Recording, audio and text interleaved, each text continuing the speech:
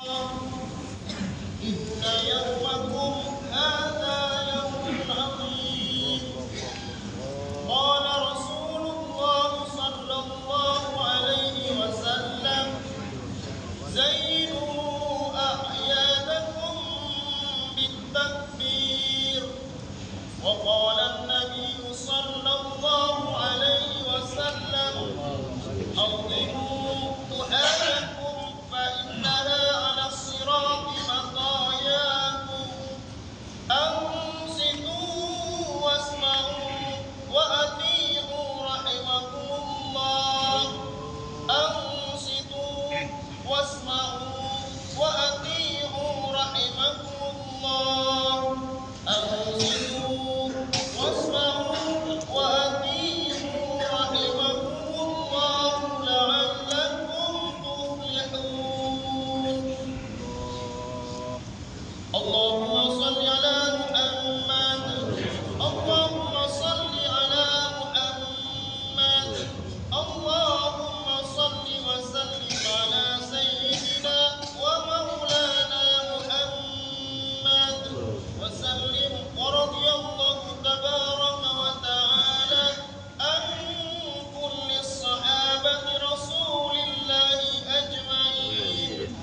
اللهم قوِ الإسلام والإيمان من المسلمين والمسلمات والمؤمنين والمؤمنات وانصرهم على المعاندين.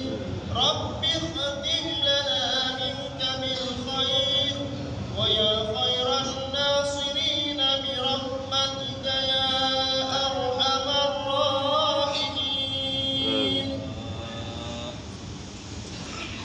Assalamualaikum warahmatullahi wabarakatuh.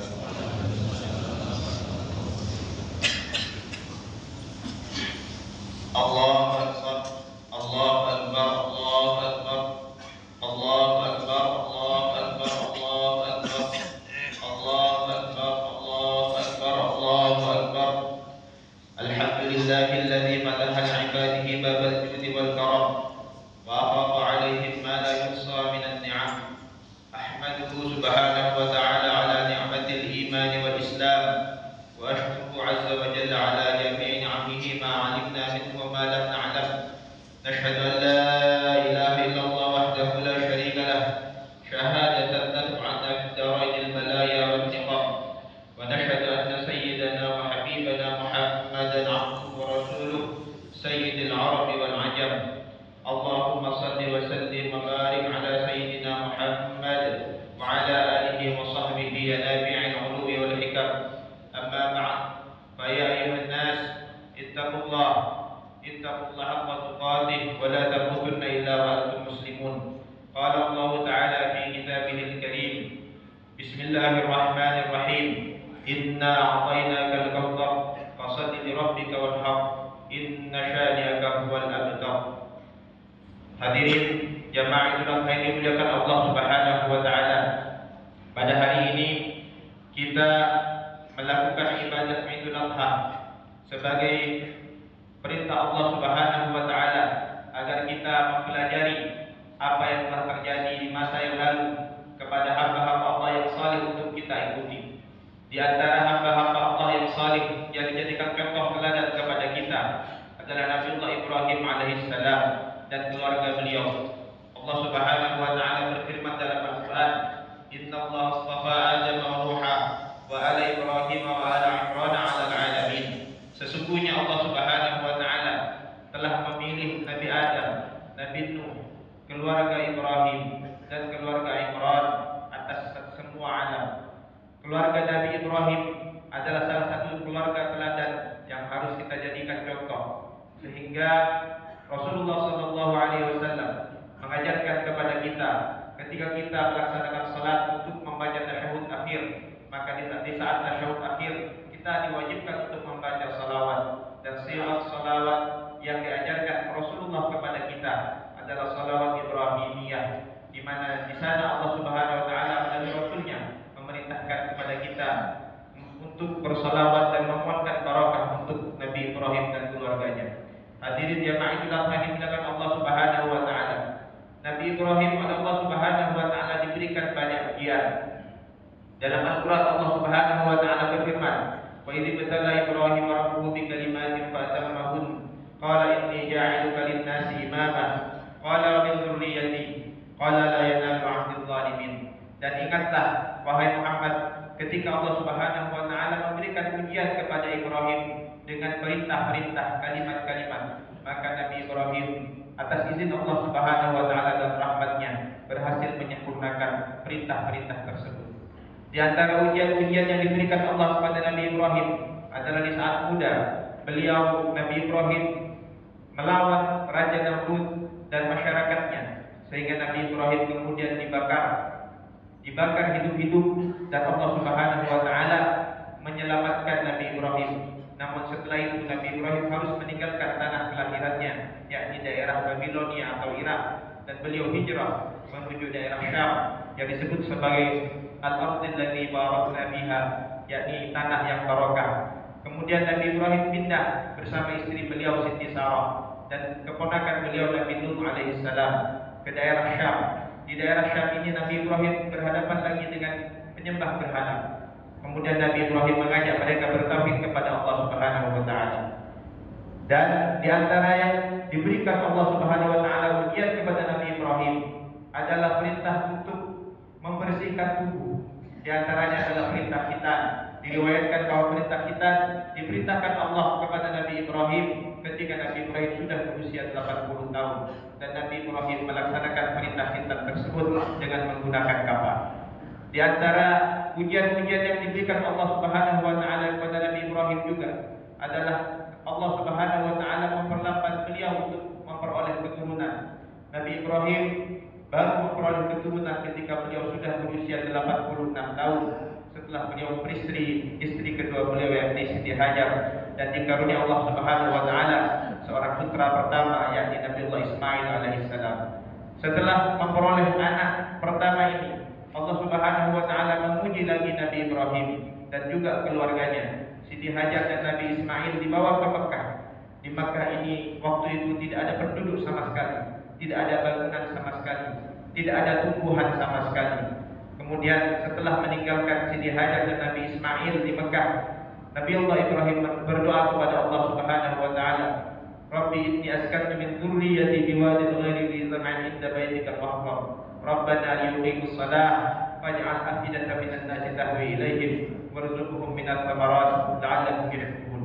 Ya Allah, sesungguhnya aku meninggalkan keturunanku biwadin ghairi dzi zar'in, di satu lembah yang tidak ada tumbuhan. Maka jadi Rabbana liyuqimus shalah, wahai Tuhanku, supaya keluargaku ini bisa melaksanakan salat. Faj'al afidatan minan nasi tahwi ilaihim, jadikanlah hati-hati manusia cenderung kepada keluargaku ini. Warzuqhum minats thamarati la'allahum yashkurun, dan berikanlah mereka anak-anakku, keturunanku ini rizki darimu, dari buah-buahan, supaya mereka bersyukur kepadamu.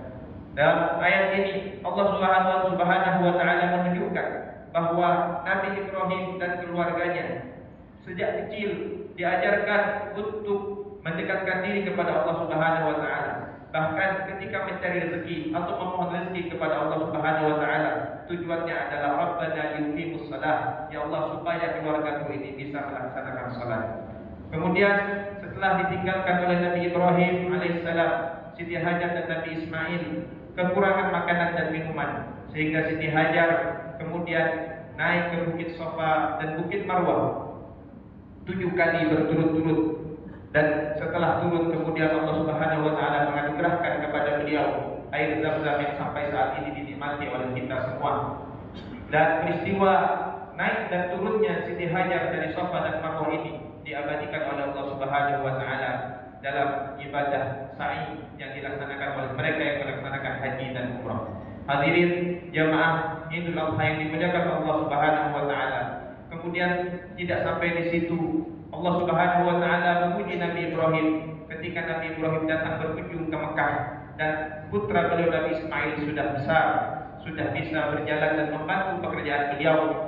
Nabi Ibrahim diperintahkan Allah Subhanahu wa taala untuk menyembelih putranya, dan ketika Nabi Ibrahim mendapat perintah tersebut lewat mimpi dan mimpi para nabi adalah wahyu dari Allah Subhanahu wa taala, Nabi Ismail dengan tegas menjawab, qala ya abati ma'al ma tu'mar satajiduni insyaallah minas sabirin. Wahai ayahku tercinta, laksanakan apa yang diperintahkan Allah kepada engkau, insyaallah engkau akan mendapati aku termasuk orang-orang yang sabar. Maka kedua ayah dan anak ini pada hari seperti hari ini 10 Zulhijjah berangkat dari Makkah ke Mina untuk melaksanakan perintah Allah.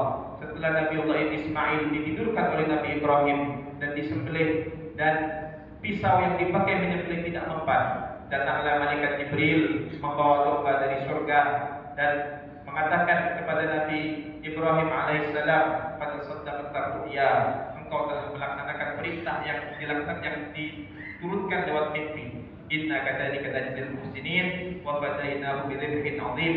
Dan kemudian Allah Subhanahu wa taala mengganti Nabi Ismail dengan domba yang besar dari surga yang dibawa oleh malaikat Jibril alaihissalam.